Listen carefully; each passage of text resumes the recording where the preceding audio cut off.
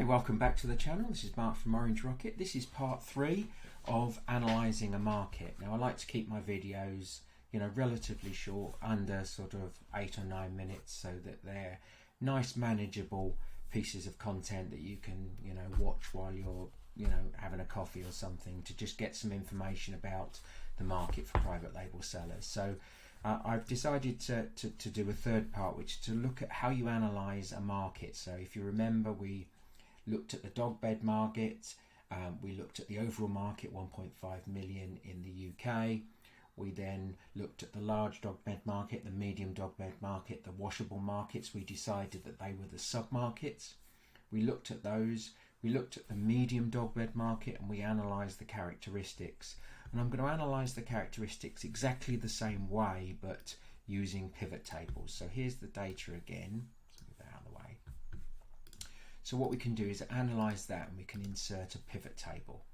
Now a pivot table is obviously a great way of analysing, actually let's leave that over there, is a great way of analysing the market. So what we can do is we can look at price, and we can look at revenue, and we can look at ratings and reviews. So those are the 4 pieces of information that we can do. Now what I'm going to do is I'm going to put revenue into the filters. I'm going to put make the price an average. Oh, and by the way, the price, I'm also going to make a currency just to make it a bit easier to look at. The ratings, I'm going to make an average as well, and I'm going to make that a number. So we've got 2 decimal places, and then the number of reviews, I'm also going to make an average, and the number I'm going to make it a number, but I don't want any decimal places. Right, so what we've got here is analysis of the whole market.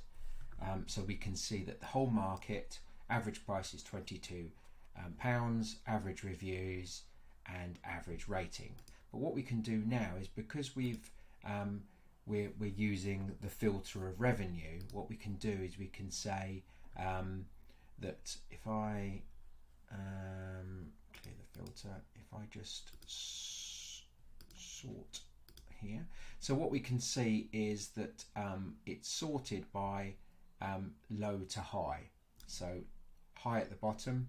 So what we can do is we can say, right, well, I don't want to select, I only want to sell, what are the characteristics of those that are doing less than 5,000? Well, these are the characteristics that are doing less than 5,000. And if you wanted to, you can obviously copy that, paste special there. Oh, that didn't work. Copy.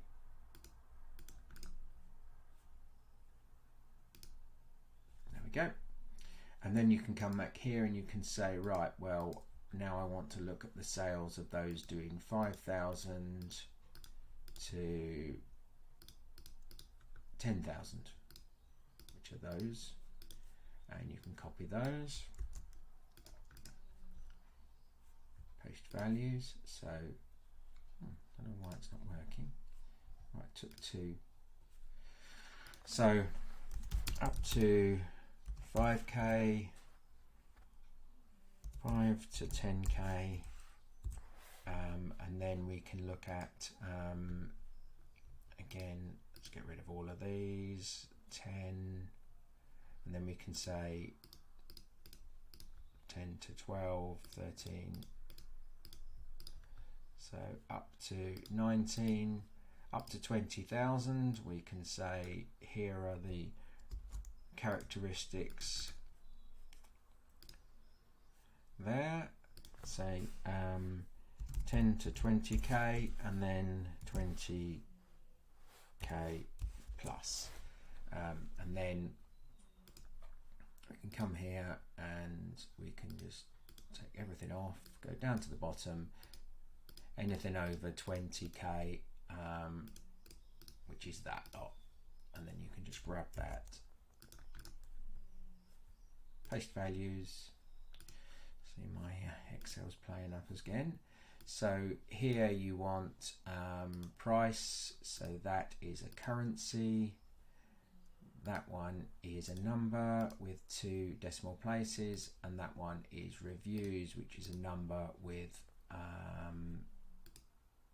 no decimal places. So again, you can copy that there. So I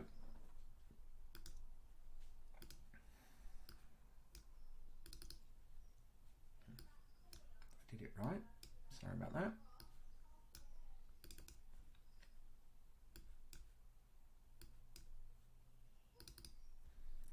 So what we can then do is just look at that, and we can say now we've got the characteristics of a brand, of what the products look like. Let's just make it bigger. Right, so nice. So we can just see, you can instantly see, I've done it very quick and dirty, but you know, you can take your time over this, and you can get the same information, and you know, through pivot tables, and you can start to analyze. You could analyze it by pricing, you could analyze it by reviews. You know, I like playing around with data this way, and you can see that, you know, the average number of reviews. You could do age, you could do, obviously like I did there, the average age in days, all of that kind of stuff.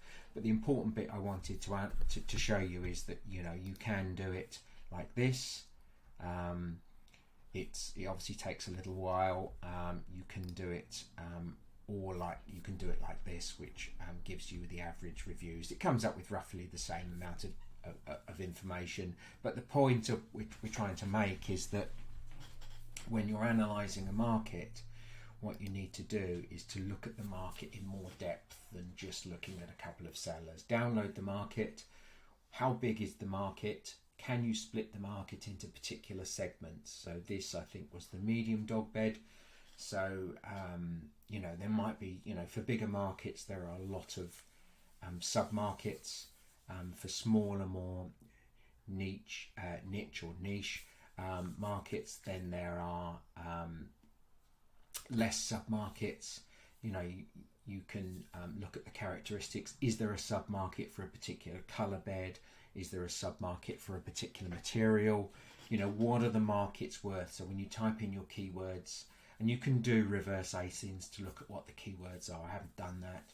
And then you can look at what are the characteristics of price, revenue, sales, days on market, reviews, and ratings.